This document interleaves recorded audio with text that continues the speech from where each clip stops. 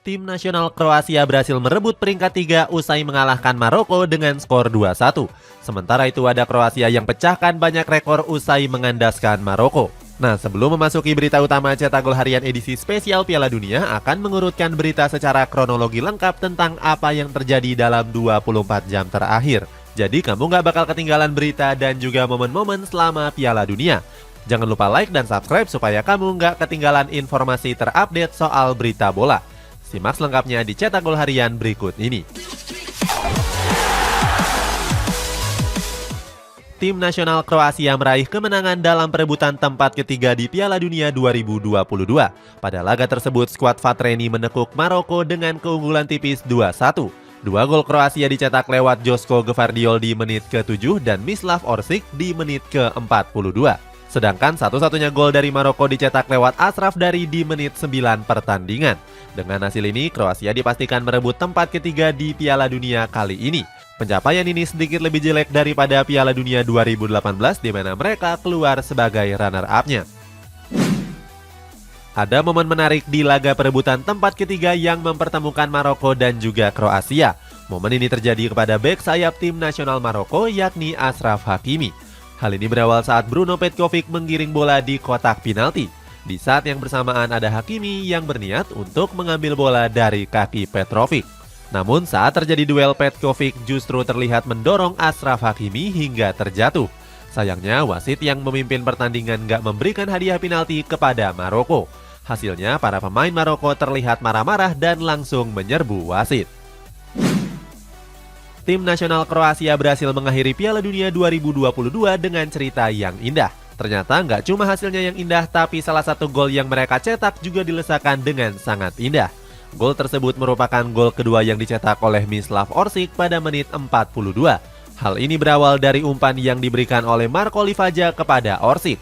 Pemain yang membela Dinamo Zagreb ini berhasil melepaskan tendangan melengkung ke tiang jauh. Hasilnya bola tersebut nggak mampu dihalau oleh kiper Maroko yakni Yasin Bono. Perjalanan Kroasia di Piala Dunia 2022 sudah berakhir di mana mereka mampu merebut peringkat 3. Seusai pertandingan, Luka Modric terlihat langsung memeluk sang ayahnya. Sayangnya skuad Vatreni nggak bisa terus-menerus mengandalkan sang pemain, sebab Modric sendiri saat ini sudah memasuki usia yang nggak lagi muda. Walaupun begitu, pemain Real Madrid ini masih belum berencana untuk pensiun dari timnas. Kabarnya dia masih tetap akan membela Kroasia setidaknya sampai UEFA Nations League. Tim nasional Kroasia dipastikan meraih tempat ketiga usai mengalahkan Maroko dengan skor 2-1. Dengan begitu, skuad Vatreni mencatatkan beberapa rekor tangguh yang sangat luar biasa. Dilansir dari Opta, Kroasia tercatat cuma kalah 2 kali dalam 14 pertandingan di ajang Piala Dunia. Pertama dikalahkan Prancis di partai final Piala Dunia 2018 yang lalu. Dan yang terbaru dikalahkan Argentina di partai semifinal dengan keunggulan 3 gol tanpa balas. Pencapaian ini sangat mengejutkan mengingat Kroasia bukanlah salah satu tim yang diunggulkan untuk juara. Kemenangan Kroasia atas Maroko membuat tim Eropa mempertahankan rekor bagusnya, yakni selalu menang dalam perebutan peringkat 3 sejak tahun 1983. Terakhir kali tim Eropa gagal merebut peringkat 3 terjadi di Piala Dunia 1978 yang lalu. Saat itu, timnas Brazil sukses merebut tempat ketiga di Piala Dunia tersebut. Pencapaian ini merupakan hal yang membanggakan bagi tim Eropa. Apalagi Kroasia datang sebagai tim yang gak diunggulkan dan mampu melangkah lebih jauh. Joško Gvardiol berhasil mencetak 1 gol di laga perebutan tempat ketiga menghadapi Maroko. Tambahan 1 golnya ini membuat dirinya mencatatkan rekor yang baru. Gvardiol jadi pemain termuda Kroasia yang berhasil mencetak gol di ajang Piala Dunia. Bek tengah dari RB Leipzig ini berhasil mencetak gol tersebut di usia 20 tahun 328 hari.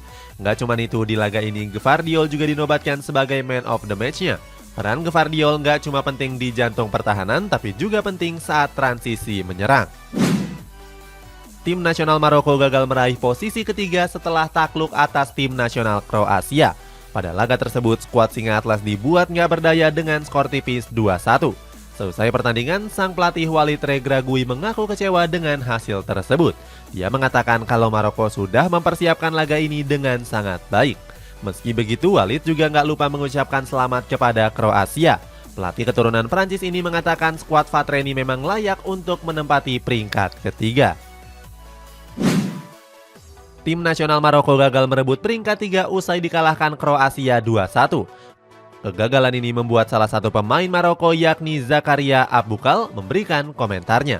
Winger muda berusia 22 tahun ini bilang kalau ini merupakan pencapaian yang gak begitu buruk.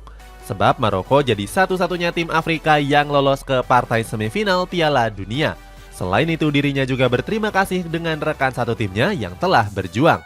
Abukal menyebut kalau pertandingan ini merupakan pertandingan yang sangat menghibur.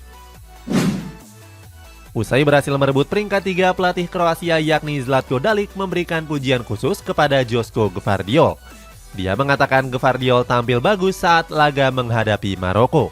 Oleh karena itu, Dalic yakin kalau bek tengah RB Leipzig ini bisa menyabet penghargaan pemain muda terbaik. Dalic menilai kalau Gvardiol sangat pantas untuk mendapatkan penghargaan tersebut. Sebab Dalic bilang kalau Gvardiol tampil sangat tangguh di jantung pertahanan selama perhelatan Piala Dunia. Joško Gvardiol senang tim nasional Kroasia bangkit setelah dikalahkan Argentina. Pemain dari RB Leipzig ini menyebut kalau dia dan skuadnya pantas untuk meraih gelar juara ketiga di turnamen ini. Selain itu, dia juga menanggapi tentang peluangnya meraih gelar pemain muda terbaik di Piala Dunia kali ini. Gvardiol bilang kalau dirinya merasa nggak peduli dengan penghargaan tersebut.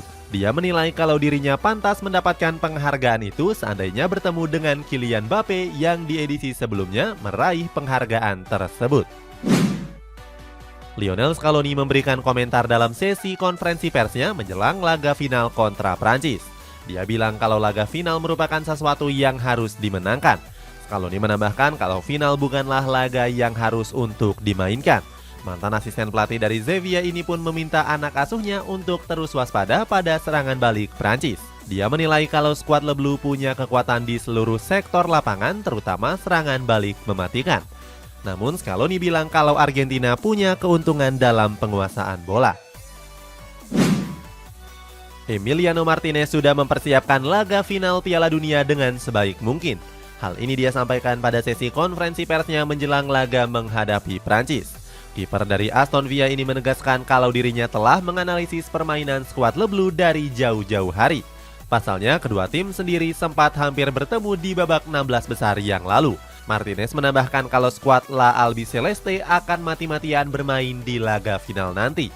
Di sisi lain, Prancis sendiri bukanlah lawan yang mudah. Lionel Messi akan mencoba mewujudkan ambisinya pada Piala Dunia 2022. Pasalnya, ini akan menjadi kesempatan terakhir La Pulga meraih gelar tersebut karena usianya yang gak muda lagi. Walaupun begitu, Didier Deschamps mengaku gak gentar dengan hal tersebut.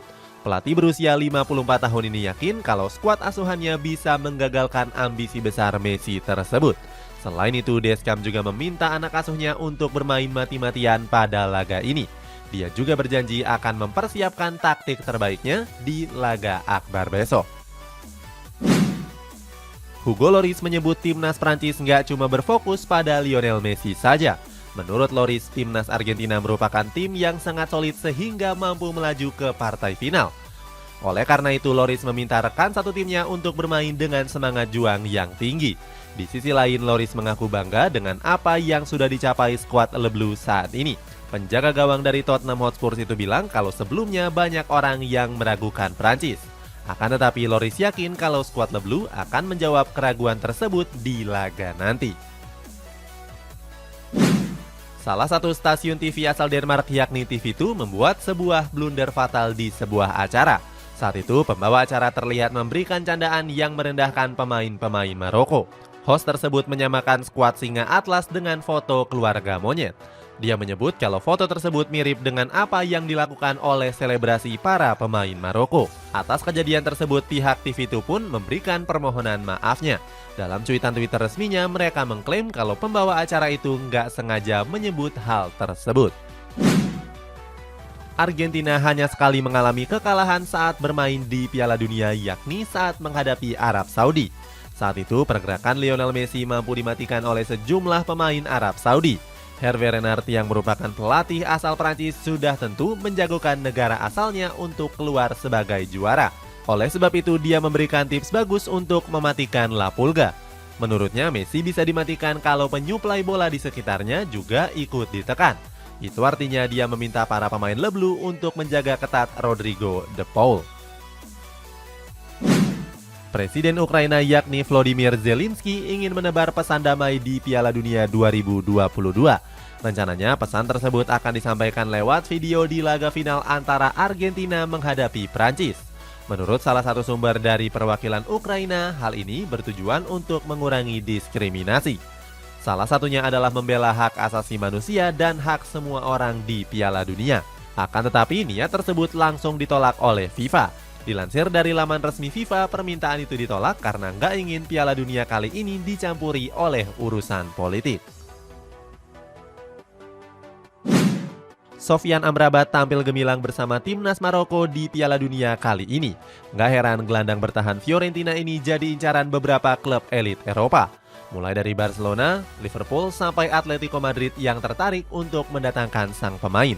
Selain ketiga klub tadi, Chelsea juga nggak mau ketinggalan untuk memburu Amrabat. Dilansir dari Daily Mail, skuad The Blues tertarik mendatangkan Amrabat untuk menggantikan posisi dari N'Golo Kante. Sebagai informasi, N'Golo Kante sering dirumorkan bakal hengkang di musim panas mendatang. Timnas Inggris harus mengakhiri mimpi mereka untuk meraih gelar juara. Alasannya karena skuad The Three Lions takluk atas Prancis di babak perempat final lalu. Kekalahan itu membuat masa depan Gareth Southgate patut untuk dipertanyakan. Mantan pelatih dari Middlesbrough itu dirumorkan bakal dipecat dari kursi kepelatihan The Three Lions. Akan tetapi legenda Inggris yakni Gary Lineker berharap kalau sang pelatih mau bertahan. Lineker bilang kalau Southgate sudah melakukan pekerjaan yang bagus. Nama Josko Gvardiol akhir-akhir ini tengah menjadi perbincangan hangat di publik sepak bola. Dirinya menarik perhatian setelah menunjukkan performa apiknya bersama timnas Kroasia. Berkat performa gemilangnya itu, Chelsea disebut ingin memboyong sang pemain ke Stamford Bridge. Sayangnya, keinginan skuad The Blues tersebut menemui titik buntu. Sebab Manchester City sendiri juga disebut ikut memburu tanda tangan Gvardiol. Pep Guardiola selaku pelatih mengaku kalau Gvardiol punya potensi sebagai bek tengah yang tangguh.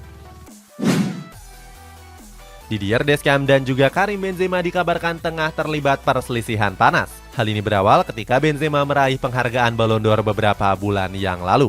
Menurut laporan, Deschamps merasa nggak suka dengan sikap sang bomber. Pasalnya saat itu Benzema nggak mengucapkan terima kasih pada upacara penghargaan tersebut.